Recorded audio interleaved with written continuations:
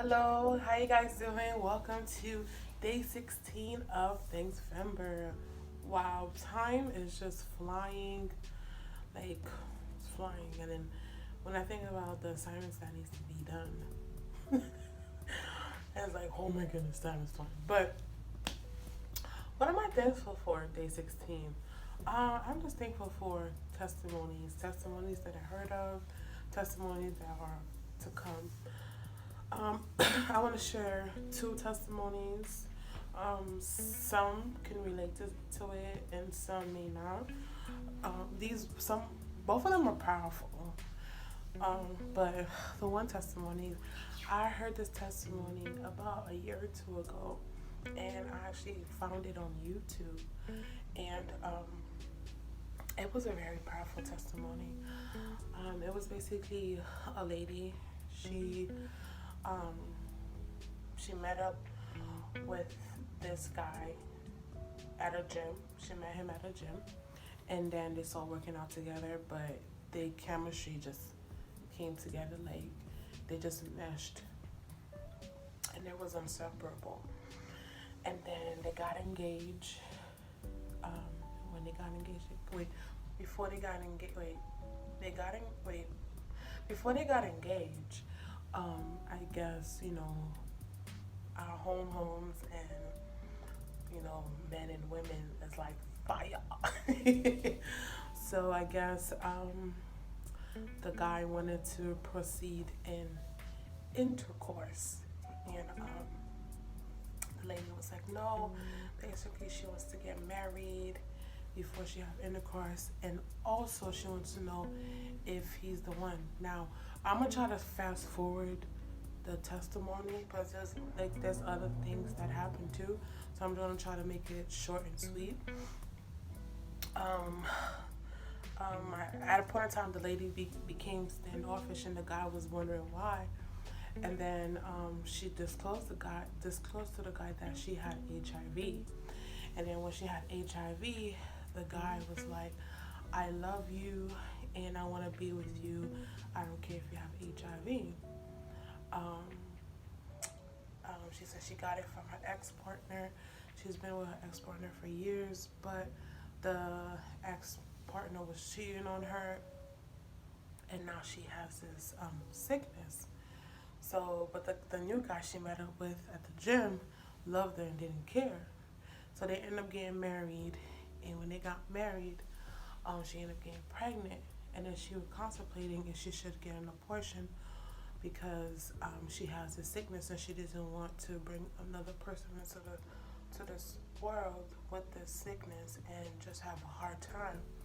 And then she was really her and her husband were thinking about the abortion. They was really thinking about it, because it's really tough. So when the husband went to sleep, now at this time they got married, so the husband and wife. The husband went to sleep, and in his dream, God talked to him. Was like, "If you kill this child, I'll kill you." Vividly, he said, "Don't kill this child. Let the child live." And then the husband told the wife that we're gonna have this baby. If the baby end up having HIV, we're gonna the way you take medicine, the way we, do things to not spread what you have, and also take care of yourself so your immune system won't deteriorate at a rapid pace. We would just do that for our child. So the child ended up being born without no HIV. He was born without no HIV. His brother was born without no HIV. His other brother was born without no HIV.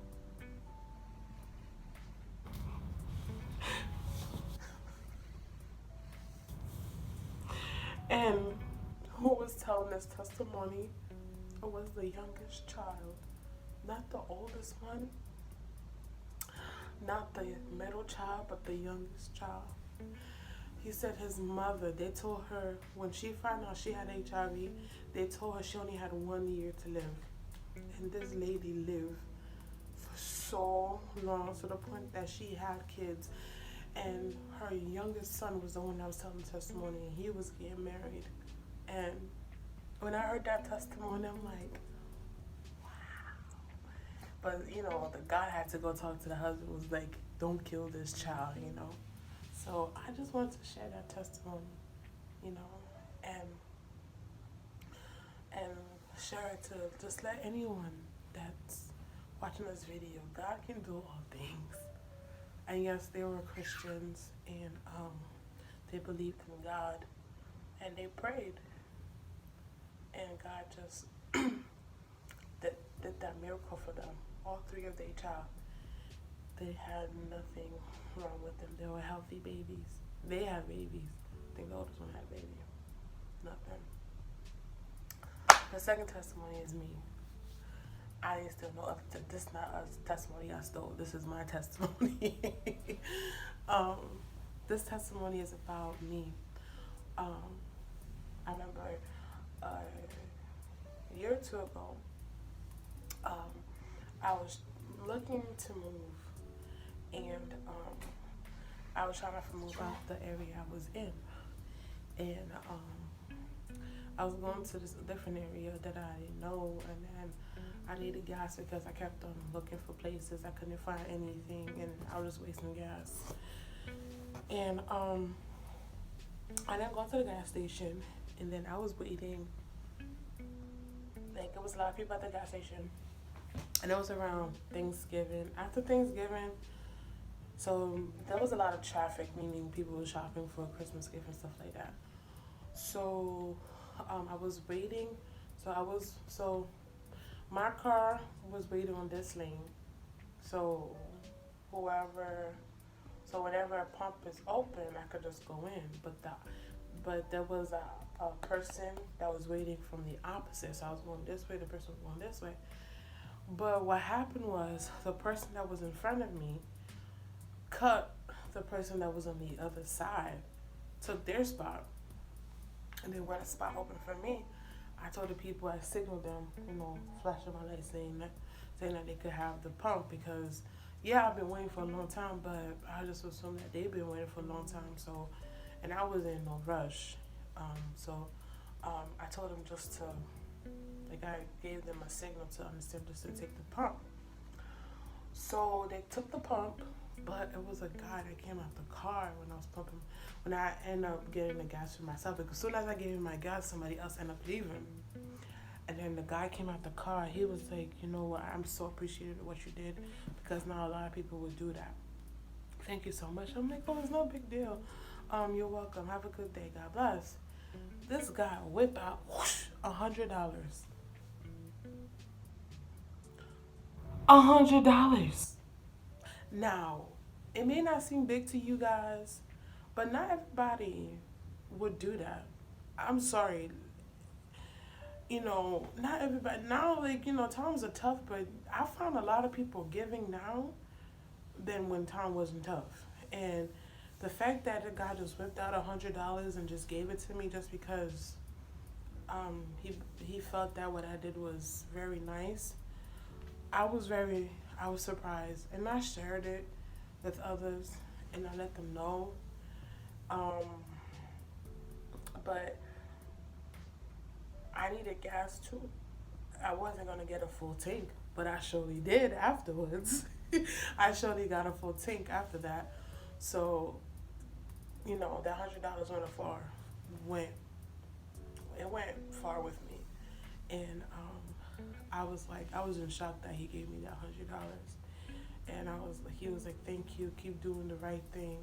And I was like, thank you, and I was in shock. I'm like this, and everybody in the gas station just cheering. It was like something that you see in them, and like in a commercial or movie, It was just like. I think I refused it one time. I was like, no, you don't have to do it. He was like, here you go. It was a gift. Merry Christmas. But I just wanted to share that testimony with you guys. Brighten somebody's day. I don't know. There's other testimonies coming in my head, so I could give y'all one more. one more testimony, and it's about me. I remember I remember when I was with child with my firstborn. I got into a very, very, very, very, very bad altercation, and um, I was basically I was fighting for my life, basically, guys. I was trying to fight for my life, fight for my child, and I was trying to, um, you know, defend myself because I didn't really have nobody else but God to defend me at that moment. And it was a really dark place, at, at the dark place that time of my life, and it wasn't good at all until I got myself out that house. Um, what happened to me is basically I was pregnant, as I said, and I someone hit me, grabbed me by my chest, and I was smaller before, guys. I look big now, but I was very small, and they tried to throw me down the stairs. Me being three months pregnant, I think I was 3 months pregnant, and I basically realized that this person, you can figure who it is, guys. I'm not gonna really tell you guys, but I can put two together. I realized the person didn't love me and then didn't care for me, and something wasn't right with that person at that moment. And I realized that I had to fight for my life. So I started to defend myself physically. Um, and then it got to another point. I was in the closet, still physically fighting, and a guitar hit me in the stomach, my back, and I was like, I gotta get out of here. I ended up leaving. I ended up going to a hospital that was literally right across the street, and this is tough. And I thought, at first, I was like, I was just done with life. I was just done because I was somewhere really, really, really far, and this was the love of my life, that did this to me, and I'm like, I'm done with life, and I couldn't do anything, and I don't have nothing, and it was just really dark at the moment, and it just made me come to realization how everything was,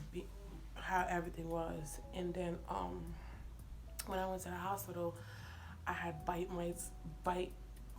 I didn't know I had bite marks on me. I had blood all over me, and I didn't know until they was looking at me like, "Is this girl okay?"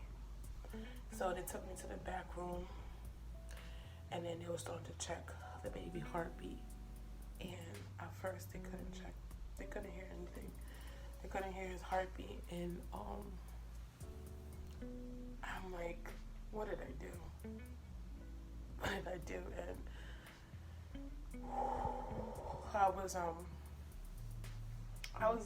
I was beating myself up. I didn't like myself at the moment. I was like, what did I just do? Like, what did I just do? And I just couldn't believe what was going on. And then the doctors looking for the heartbeat, and they couldn't hear it. And I'm like, oh my goodness. And then they look and they just, checking. And at the same time they're checking the heartbeat, they were like, were you in an altercation? Were you fighting? I was like, no. Are you okay? I was like, yeah. Are you safe? I'm like, I am now. And then they was like, do you need help? I'm like, just do what you gotta do. And I was angry, and I believe I was angry at the world, but I was mostly angry at myself. But for that good 2-3 minutes, it was complete silence. But in that silence, I was the loudest to myself in my mind. And I was beating myself up, and I couldn't understand, why did I let myself go through all of this? Why did I do this to myself? And then I calmed down, and the doctor was like moving the ultrasound stuff around my stomach.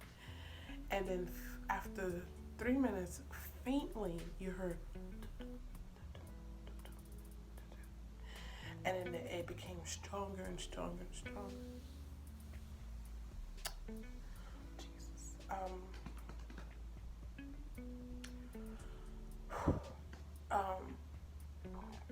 At that moment, I realized everything was going to be okay. At that moment, I realized everything was going to be okay. My child was born. He didn't have no complication. Thank you, Jesus. No complication.